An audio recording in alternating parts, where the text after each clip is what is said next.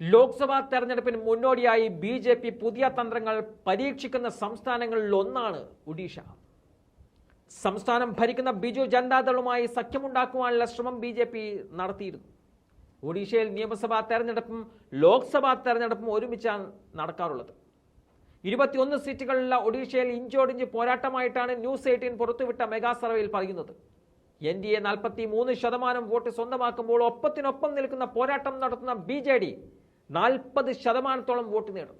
കോൺഗ്രസിന് 15%, മറ്റുള്ളവർക്ക് 2% വോട്ടാണ് ലഭിക്കുക എന്നതാണ് അഭിപ്രായ സർവേ പറയുന്നത്. സംസ്ഥാനത്തെ ബി.ജെ.പിയുടെ പ്രധാന നേതാവും കേന്ദ്രമന്ത്രിയുമായ ധർമ്മേന്ദ്ര പ്രധാന്റെ വസതിയിൽ ബി.ജെ.ഡിയുമായിട്ടുള്ള സഖ്യവുമായി ബന്ധപ്പെട്ട കാര്യമായ ചർച്ചകൾ നടക്കുന്നുമുണ്ട്. സഖ്യമുണ്ടാക്കുന്നതിൽ ബി.ജെ.പിയിലെ സംസ്ഥാന നേതാക്കൾക്ക് കടുത്ത എതിർപ്പുണ്ട്. 2009 പൊതു തെരഞ്ഞെടുപ്പിന് തൊട്ടു മുമ്പായി ബി.ജെ.ഡി. ബി.ജെ.പിയുമായുള്ള സഖ്യം ഉപേക്ഷിച്ചതാണ് ഇതിനു പിന്നിലെ പ്രധാന കാരണം.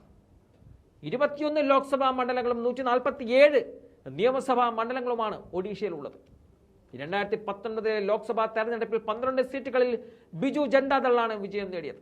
8 സീറ്റുകളിൽ ബി.ജെ.പി. വിജയം നേടിയപ്പോൾ 1 സീറ്റിൽ കോൺഗ്രസും ജയിച്ചിരുന്നു. കഴിഞ്ഞ നിയമസഭാ തെരഞ്ഞെടുപ്പിൽ വമ്പൻ വിജയമാണ് നവീൻ പട്നായിക്കിന്റെ നേതൃത്വത്തിൽ ബിജു ജനതാദൾ അഥവാ ബി.ജെ.ഡി. നേടിയത്.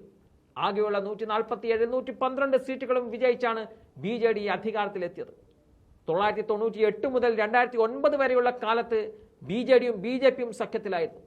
അടൽ ബിഹാരി വാജ്പേയി പ്രധാനമന്ത്രിയായിരുന്ന കാലത്ത് നവീൻ പട്നായിക് കേന്ദ്ര മന്ത്രിസഭയിൽ അംഗവുമായിരുന്നു. സഖ്യത്തിൽ അല്ലെങ്കിലും കേന്ദ്ര സർക്കാരിന്റെ പല തീരുമാനങ്ങളോടും ലോക്സഭയിൽ ബി.ജെ.ഡി. യോജിക്കുന്ന നിലപാടാണ് സ്വീകരിച്ചിട്ടുള്ളത്. നോട്ട് നിരോധനം, പൗരത്വ ഭേദഗതി നിയമം, GST തുടങ്ങിയ വിഷയങ്ങളിലെല്ലാം ബി.ജെ.ഡി. NDA സർക്കാരിനെ പിന്തുണച്ചിട്ടുണ്ട്. ഒരു രാജ്യം ഒരു തെരഞ്ഞെടുപ്പ് എന്ന NDAയുടെ പുതിയ പദ്ധതിയെയും ബി.ജെ.ഡി. അനുകൂലിക്കുന്നുമുണ്ട്.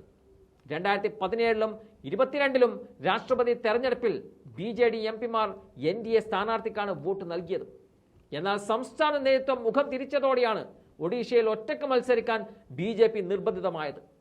പ്രതീക്ഷിച്ച മുന്നേറ്റം നടത്താൻ ബി.ജെ.പിക്ക് സാധിക്കണമെങ്കിൽ ബി.ജെ.ഡിയെ ഒപ്പം കൂട്ടേണ്ടതുണ്ട്. എന്നാൽ ഇനി അത് നടപ്പാകുമോ എന്ന കാര്യം സംശയവുമാണ്. അങ്ങനെയെങ്കിൽ ഇന്ത്യ പക്ഷത്തേക്ക് ബി.ജെ.ഡി. നീങ്ങിയാൽ ബി.ജെ.പിക്ക് അത് കനത്ത തിരിച്ചടിയായി മാറും. അത് ഒഴിവാക്കാനുള്ള ശ്രമത്തിലാണ് ബി.ജെ.പി. നേതാക്കൾ ഇപ്പോൾ ഉള്ളത്.